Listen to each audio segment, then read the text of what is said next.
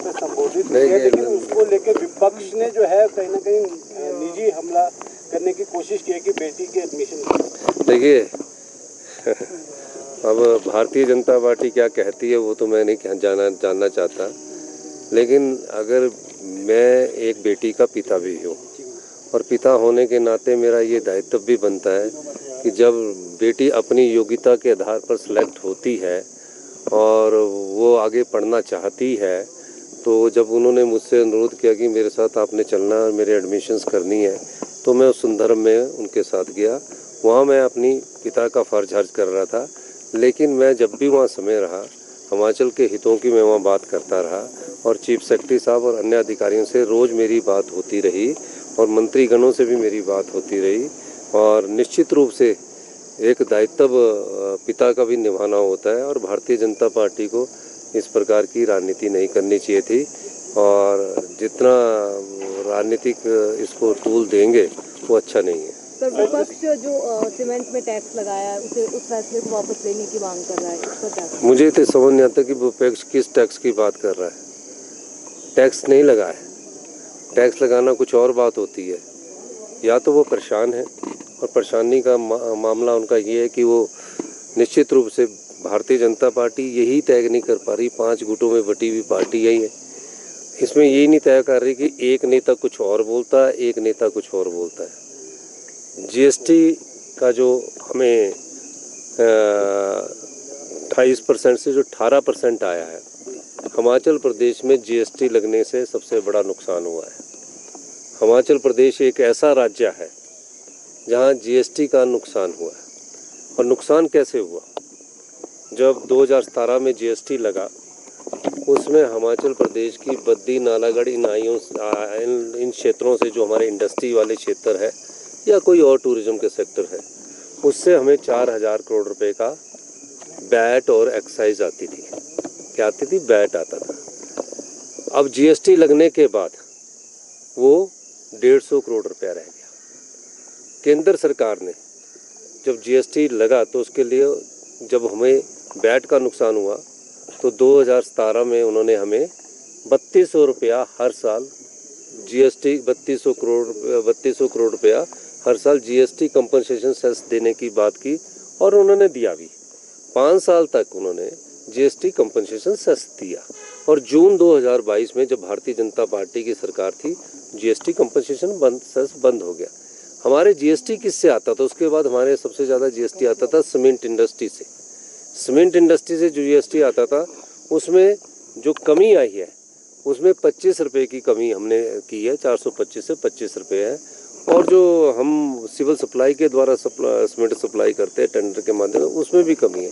तो भारतीय जनता पार्टी को ये कहना चाहिए कि आप ये बताइए कि जो प्रधानमंत्री जी 1500 करोड़ रुपया घोषित करने के गए हैं वो कब तक मिलेंगे?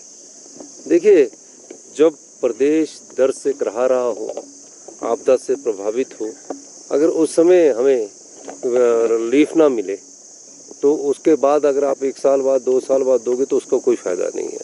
तो भारतीय जनता पार्टी को ये कहना चाहिए था कि हम 1500 करोड़ रुपया के लिए प्रधानमंत्री मोदी जी से बात कर रहे हैं। प्रधानमंत्री जी मोदी जी आगे चले गए और 1500 करोड़ रुपये का अभी तक कोई पता ही नहीं लगा है। सर, बीजेपी शासित राज्यों ने भी ये कहा है कि जो जीएसटी से जो नुकसान होगा खासकर छोटे राज्यों को, कंपनसेशन जो है केंद्र सरकार को बढ़ाना चाहिए, उसके बारे में विचार। देखिए चाहे HRTC है चाहे HPTDC है, सभी हमारे सरकारी कर्मचारी है, सभी का ख्याल रखना हमारा दायित्व है। लेकिन मेरे पास जितना धन है उसका मैं सही सदुपयोग करना चाहता हूँ। कोई भी पेंशन वाला है, कोई भी, उसमें थोड़ी डिले हो सकता है। जिस प्रकार भारतीय जनता पार्टी को करोड़ों रुपया का फ़ायदा हुआ उनकी सरकार के समय और जिस प्रकार उन्होंने हिमाचल प्रदेश की संपदा को लुटाया, उसका नुकसान है। पर मैं उसको सिस्टम को ठीक कर रहा हूँ। आने वाले समय में ये जो देरी है, ये 4-5 महीने की बात है, उसके बाद ये ठीक हो जाएगी। और मेरी कोशिश है कि उन बेचारों को अगर 5-7 दिन की देरी के बाद पेंशन मिलती है तो पेंशन मिले। सर, प्राइम मिनिस्टर ने आपने जो सीमेंट वाला विवाद है उसका जिक्र अपने भाषण में किया है। क्या बिहार चुनाव में कुछ इस तरीके से कि बिहार फायदा हो इसलिए उसका जिक्र किया गया? अब देखिए, प्रधानमंत्री जी पर मैं क्या भाषण पर क्या टिप्पणी करूं। मैं तो ये कह सकता हूं कि भारतीय जनता पार्टी के पास प्रदेश में कोई मुद्दा नहीं है। कभी वो टॉयलेट टैक्स की बात करते हैं, कभी वो हाई पे ग्रेड में कहीं ठीक हम गलते हैं। तो जो चीज़ ध्यान में लाई जाती है प्रदेश के हित में करते हैं। हमारी सरकार को जिस प्रकार से भारतीय जनता पार्टी की केंद्र की सरकार ने बांधा है, जब से हमने सरकारी कर्मचारी और अधिकारियों को ओल्ड पेंशन स्कीम दी है, हम पर बार बार दबाव बनाया जा रहा है ओल्ड पेंशन स्कीम को यूपीएस में बदलने के लिए भी। हमने उन चीज़ों को मद्देनज़र रखते हुए भी अपने सरकारी कर्मचारी और अधिकारियों को ओल्ड पेंशन स्कीम दी है। और ये भी कहना चाहता हूँ मैं कि इसके कारण हमारा जब 2023-24 में बजट प्रस्तुत किया तो 1600 करोड़ रुपया की जो बोरिंग थी वो बंद कर दी गई। यानी कि 3 साल हमारी सरकार को हो गए हैं। ओपीएस के कारण 4800 करोड़ रुपए के जो additional boring Bharatiya Janata party की जयराम सरकार को मिलती रही वो बंद कर दी गई है। हम फिर भी सरकारी कर्मचारी और अधिकारियों के हित में टस से मस नहीं हो रहे, लेकिन थोड़ी बहुत कई बार नोटिफिकेशंस के मामले में थोड़ा ऊपर नीचे हो जाता है तो उसको भी हम ठीक करते हैं। हिमाचल प्रदेश की सरकार सरकारी कर्मचारी और अधिकारियों के हित में फैसले कर रही है और कुछ चेंजिंग आ रही है जिसके कारण कर्मचारी सोच रहे हैं कि उन्हें कहीं प्रमोशन में नुकसान आएगा। मैं ये भी कहना चाहता हूँ कि शिक्षा के क्षेत्र में हम व्यापक सुधार कर रहे हैं। वो इसलिए कर रहे हैं कि सरकारी क्षेत्र के स्कूलों में जो बच्चे पढ़ते हैं उनकी क्वालिटी एजुकेशन हो और जो विश्व की चुनौतियां और विश्व की चुनौतियों का सामना कर सके। इसलिए हम सरकारी स्कूलों में सीबीएसई स्कूल लगा रहे हैं, स्पेशल कैडर बना रहे हैं। हेल्थ सेक्टर में हम बहुत ज़्यादा बदलाव कर रहे हैं। हेल्थ सेक्टर में आपके 40% ऑक्यूपेंसी पर मेडिकल कॉलेज चल रहे हैं, तो आप कैसे हेल्थ का करेंगे। गाँव का गरीब किसान, बागवान, मजदूर, कोई भी परिवार का, आम परिवार का आदमी या कोई भी परिवार का आदमी जब हम मेडिकल कॉलेज में जाता तो इस आशा के साथ जाता है कि मेरा इलाज अच्छा होगा। मैं खुद देख रहा हूँ और 3 साल से आपकी 20-20 साल पुरानी मशीनों से कहाँ इलाज अच्छा होगा, फिर वो रेफ़र करवा लेता है पीजीआई के लिए। तो इन सब चीज़ों को ठीक करने के लिए पैसे की ज़रूरत है। हमने अभी तीनों मेडिकल कॉलेज में MRI 3 टेस्ला जो एम्स में लगी है, उसमें IGMC में, चमियाना में, नेर चौक में, हमीरपुर में, टांडा में लगाने जा रहे हैं ताकि लोगों को सही समय पर अपनी बीमारी का पता लग सके। यही मैं कहना चाहता हूँ। नए सीएस पर फैसला हो जाएगा सर? देखिए, ये फैसला तो होना ही है और डीजीपी तो अभी लगाए हैं ना, कार्य कर रहे हैं। अब टेस्ट होता है ना जैसे, क्योंकि उनके कार्य प्रणाली की समीक्षा होनी चाहिए, तो वो सब चीज़ें होंगी। फैसला तो करना ही है। अब कितने बजे होता है फैसला, आज होता है, कल होता है, ये फैसला तो करना ही पड़ेगा ना। की बात सही है। 8 राज्यों की हमारी मीटिंग हुई थी जिसमें पंजाब भी हम साथ था और हमने 8 राज्यों में जम्मू कश्मीर भी था जिसमें राजेश धर्मानी हमारे तकनीकी मिनिस्टर साहब गए थे। उन्होंने कहा था कि जीएसटी का जो रैशनलाइजेशन ऑफ आप टैक्सेस कर रहे हो 28 से 18 और 5% का, उसका तो हम सारा स्वागत करते हैं, लेकिन जो सेस लगाए जाते हैं डीजल पर, पेट्रोल पर, उसमें राज्य को शेयर नहीं मिलता। उनका कुछ शेयर हमें हिमाचल प्रदेश की सरकार को और अन्य 8 राज्य जहां विपक्ष है उनको मिलना चाहिए।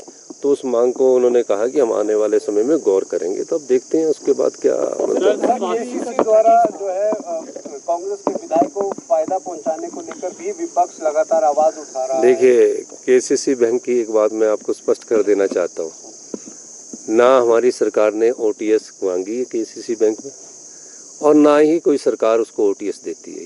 ये कांगड़ा कोऑपरेटिव बैंक है, चाहे राज्य कोऑपरेटिव बैंक है या प्रदेश को कोई कोऑपरेटिव बैंक है, उन सब की अप्रूवल इनके नाबार्ड के माध्यम से आरबीआई द्वारा दी जाती है।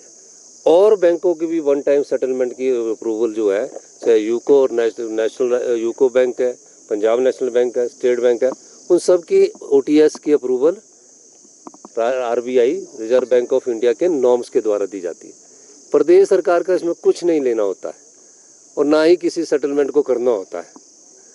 और एक बात मैं बता दूं कि कांगड़ा कोऑपरेटिव बैंक में पिछले 7-8 साल से जो चल रहा था, जब मेरे वो ध्यान में बात आई, मैंने उस बैंक के बोर्ड को ही भंग कर दिया और मैंने कहा कि इसकी इंक्वायरी होनी चाहिए। जनता का पैसा है, कई लोग छोटी छोटी चीज़ों पर 40-40 करोड़ रुपए का लोन ले रहे हैं और लोन लेकर वापस नहीं करते हैं, ऐसी जगह दिखा दी जाती है जिसकी कीमत 4 करोड़ रुपया है।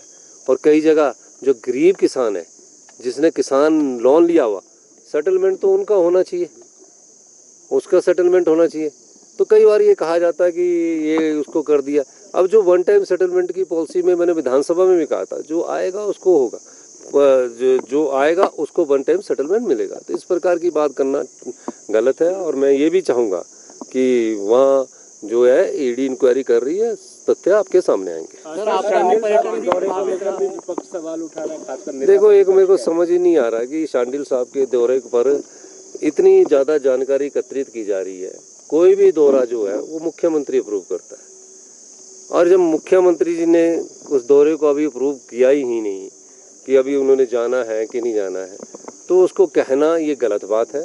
शांडिल साहब को अगर जाना होगा तो उसके लिए वो मुझसे बात करेंगे, मैं यहाँ नहीं हूँ। और ऐसा एक कागज़ छाप दिया जिसमें उनके बेटे का भी नाम लिखा हुआ, उस बेटे में नीचे किसी के सिग्नेचर नहीं है।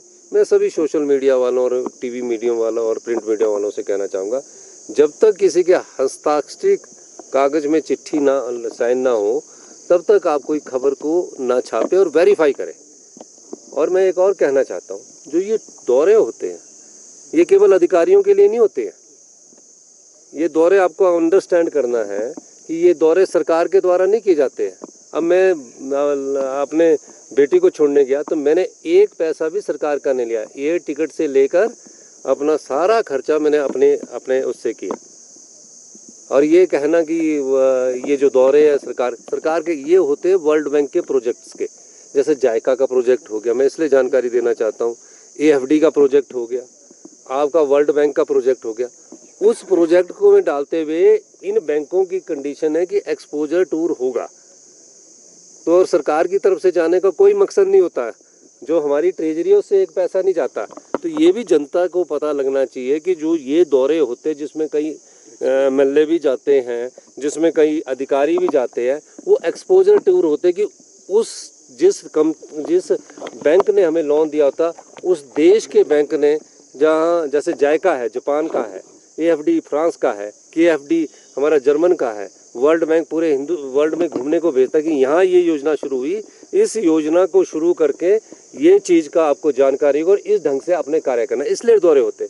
और यहाँ देखा जाता है कि उन दौरों को सरकार के साथ जोड़ दिया जाता है, ऐसा नहीं है। कोई भी दौरा सरकार की ट्रेजरी से जब तक मैं अप्रूव नहीं करता तब तक नहीं होता। और जो दौरे होते हैं जो वर्ल्ड बैंक की होती है उसकी भी अप्रूवल होती है, क्योंकि उनके जो लोन होता है, जैसे हम लोन लेते हैं उसमें उन्होंने उसका 10% एक्सपोजर टूर के लिए होता है, जिसमें अधिकारी जाते हैं। मैंने बोला अधिकारी तो जाते हैं, लेकिन इसमें इम्प्लीमेंट करने वाले नेता लोग भी जाने चाहिए, ताकि आपको कोई ऑब्जेक्शन ना करे। तो ये इस प्रकार की बात करना भारतीय जनता पार्टी की अच्छी नहीं है। उन्हें समझना चाहिए कि आप राजनीति करिए तो प्रदेश के आपदा प्रभावित परिवारों के लिए करिए। आपदा प्रभावित परिवारों से मिलने के लिए कितने मंत्री केंद्र सरकार के आए, क्या उनको राहत मिली है? हमारी सरकार सभी आपदा प्रभावित परिवारों को आने वाले समय में राहत देने जा रही है। हमारे पास आर्थिक तंगी है, आर्थिक संसाधन कम है, लेकिन मैं दावा कर सकता हूं कि आर्थिक तंगी और आर्थिक संसाधन कम करने के बाद भी जिसका घर टूटा है उसे 7 लाख रुपए दिए जाएंगे, और घर के अंदर जो उसके पलंग बर्तन वगैरह भये हैं उसके 70,000 रुपये दिए जाएंगे। जिसका आंशिक रूप से घर टूटा है या सिल्ट आ गई है उसको 25,000 से बढ़ाकर 1 लाख दिया जाएगा। जिसकी भेड़ मरी है, बकरी मरी है, उसको 9,000 रुपया दिया जाएगा। जिसकी गाय मरी है, भैंस मरी है, उसको 55,000 रुपया दिया जाएगा। मैं अभी माननीय रेवेन्यू मिनिस्टर जगत सिंह नेगी जी से बात करके इस दृष्टिकोण से इसको हम जल्दी अमली जमा पहनाएंगे। सर, आपदा में पर्यटन भी प्रभावित रहा और आया ना मुंह में पानी आया ना। आपने मोमोज तो बहुत खाए होंगे, लेकिन वाह मोमोज के मोमोज नहीं खाए तो क्या ही खाया। टेस्ट की बात करूं तो जब मैं वीडियो बना रही थी ना, तो मुंह में इतना पानी आ रहा था कि जल्दी से मोमोज मिले और मैं खाऊं। वाह मोमोज।